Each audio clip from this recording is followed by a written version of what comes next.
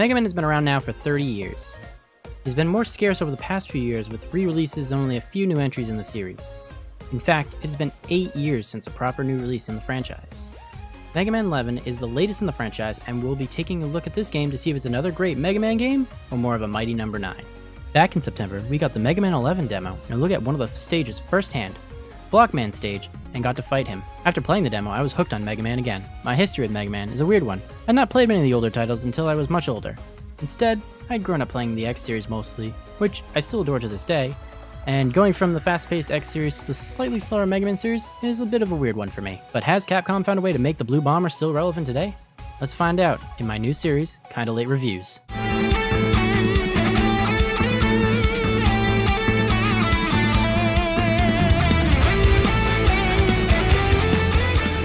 Mega Man 11 starts with a cutscene between Dr. Light, the creator of Mega Man, and Dr. Wily, the villain of the series. Dr. Wily wanted to use the gear system to make robots better than humans, and Dr. Light wanted to do the free will for robots to make them more equal, and the board that was deciding between the two of them chose Dr. Light's idea over Dr. Wily's, and thus we found out how Dr. Wily and Dr. Light's relationship from being friends and partners to enemies started.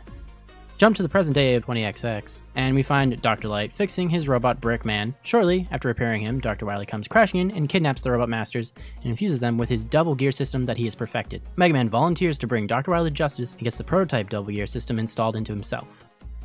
Instead of starting with Blockman from the demo, I started with Impact Man and got a new look at his stage. Impact Man's stage is a construction site, and the robots that work there fit the theme. There's a cute little welding robot that actually means you no harm and is just doing his job. Just don't step on his welding spots because they will hurt. From there, I move on to Bounce Man's stage. This stage consisted of a lot of bouncing balloons to move around on, and which would seem annoying, but you have a sense of control in them, and the enemies in the stage also fit the aesthetic, like a floating head on balloons, and there's an interesting mechanic which involves slapping Mega Man across the screen. The mid-boss fight is against an adorable frog balloon. From there, I had to try to fight a few different robot masters and couldn't figure out what was the weakness against what. Each defeat was a lesson, and as I played the game and got better at it, I was finding myself flying through the levels, which can be really long at times and really test your skills. Luckily, the shop from Mega Man 7 has returned and allows you to purchase things like lives, E-tanks, and other abilities to make the game a little easier to beat. The game also has a returning feature like Rush Jump and Rush Jet, where Mega Man's trusty dog pops in and helps Mega Man traverse the stages. Rush now has a dedicated button, instead of having to be selected and used, making things faster and easier. The game is also more fluid now with the use of the quick selection menu, allowing you to move the thumbstick to select the powers obtained from defeated robot masters. I didn't find myself using the ability too much since I was more used to the shoulder buttons or pausing the game and selecting abilities from there at first, but it became more second nature as I used it more. The use of the double gear system just feels right, even if it took me some time to remember that you can use it at any time. I was using the double gear system more during the second half of the game. The game's difficulty is also put at the right amount, challenging enough for veterans and also welcoming and easy enough for newcomers of the series.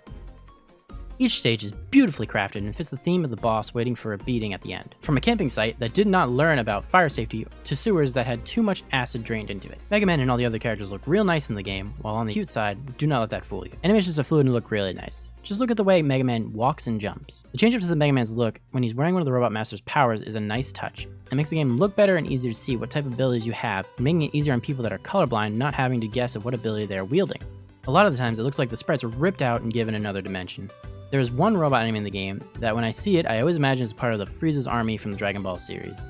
One thing I felt kinda lacking was some of the kick-ass rock style music that Mega Man games are known for since Mega Man 2. All the music is just kinda there and easily forgettable. I could be presented with music from Mega Man 11. Right after playing it, I would not be able to tell you which stage it's from. In fact, all the sound design is kinda lackluster. The sound of the Buster charging up and shooting it out to the sound of the robots being destroyed all sound like they came from a sound pack. The game is very juicy, which for those of you who do not know what I mean by juicy, it's what triggers the dopamine in your brain to get that feel-good feeling from the game, like the sounds or visuals looking really interesting. Which, explosions would look good, especially when you defeat a boss. There's a moment where, when you defeat a mini-boss, it explodes into fireworks, and man, it makes you feel like a Mega Man god, until you land on some spikes or fall in a pit that you should have easily jumped over. The controls are tight for the most part. I only felt like my inputs were being eaten once or twice throughout the game. Now let's talk about the Dr. Wily stages. Yes, they are in the game. They're not really any different from any other Mega Man game. Go through testing your skills from the 8 previous stages, fight some bosses at the end, which have some random weakness to one of the robot masters you defeated, then do the traditional boss rush level, and then it is time to fight the Doctor himself. The stage is short, but it feels right. It makes the journey feel epic and like, wow, I made it this far, and only one fight left to finish the game. I won't spoil the end for you, but it is kind of a typical ending, and it is by no means dark like some other Mega Man games. After beating the game, you'll be able to save the game and replay the levels like before, and fight the robot masters again at the end of the stages. few new upgrades will also be unlocked. You can also quit out of the game, and there's a challenge section in the main menu, which, when you complete the game, you have access to the Robot Master's abilities in the challenges, making them a little easier but not much easier. These challenges are tough and will push your skills to the max. None of these are tough as the Dr. Light challenges, which are a time-based challenge with 30 stages and 1 life and a health bar. I was only able to make it to stage 14 by the time I wrote this review.